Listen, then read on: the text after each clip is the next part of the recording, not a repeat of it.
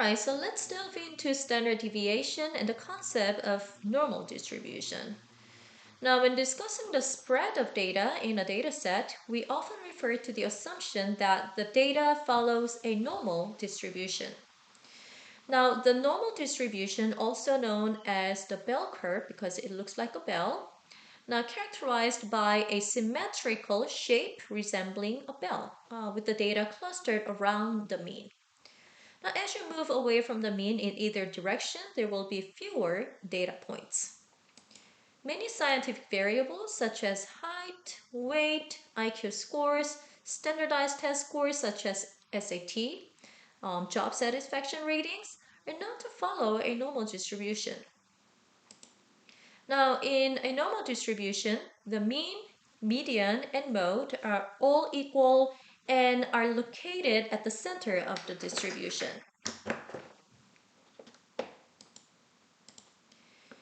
Now, when the data follows a normal distribution, certain expectations can be made.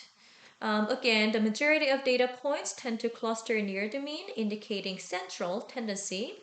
And as you move away from the mean in either direction, there are progressively fewer data points, resulting in a symmetric distribution.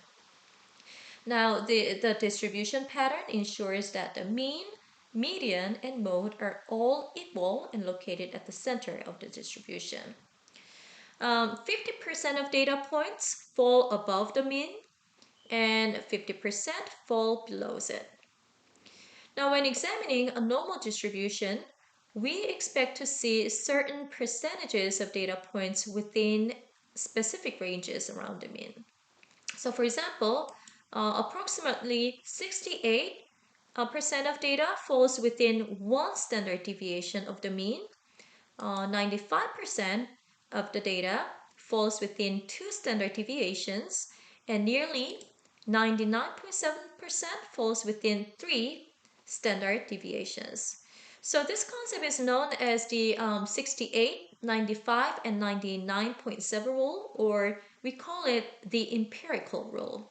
And this provides a useful guideline for understanding the spread of data in normal distribution. So let's consider that the national SAT scores in 2017 followed a normal distribution with a mean of 1,000 and a standard deviation of 190. Now, the actual mean of SAT score in 2017 is higher than this, but I'm just using 1,000 to make it easier, okay? So this hypothetical national SAT scores would result in a normal distribution graph, as you can see here. Now, from this distribution, we can infer that 68% of students scored between 810 and 1,190. 95% between 620 to 1,300. 99.7% between 430 and 1,570, right? Now, let's imagine that one of your students received a score of 1,580. Now, based on our mean and standard deviation, we recognize that this score is very high compared to other students, as more than 99.7% of students scored below this, right? Now, on the other hand, if the student received a score of 1,190, it is still considered good because it exceeds the mean, right? We can also infer that about 84% of students scored below 1,190.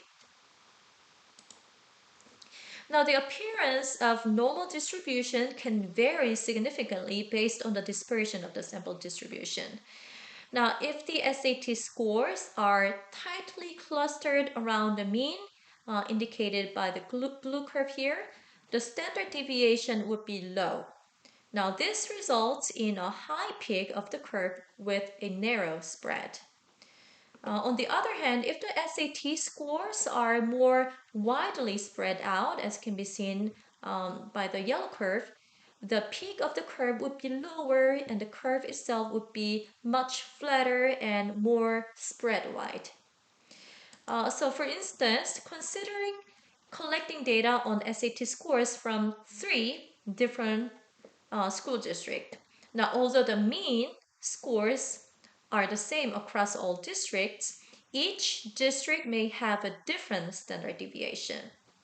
Now, this variation in standard deviation reflects differences in the dispersion of the distribution, indicating how spread out the scores are.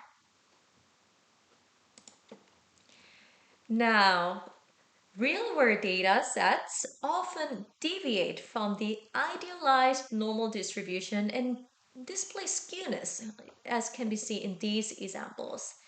Now, skewness refers to the asymmetry or lack of symmetry in the distribution of data points within a data set. So it indicates whether the data is more concentrated on one side of the graph than the other. And there are two primary types of skewness, negative skew and positive skew. Now, in a negatively skewed distribution, most scores are clustered at the high end with fewer low scores, right? Now, this left skew occurs when the tail of the distribution extends to the left. So the term negatively skewed means that the extreme lower scores pull the mean towards the left or the negative direction. Now, on the other hand, in a positively skewed distribution, most scores are concentrated at the low end over here with fewer high scores. Now, this right skew occurs when the tail of the distribution extends to the right. Now, similarly, the term positively skewed indicates that the extreme higher scores pull the mean, so this is the mean, pull the mean towards the right or the positive direction. So understanding skewness is important because it assists in accurately interpreting data. And again, the type of statistical analysis needed that you will use later on depends on whether the distribution is normal or skewed. Parametric methods are typically used for normal distribution, while non-parametric methods are preferred for skewed distributions.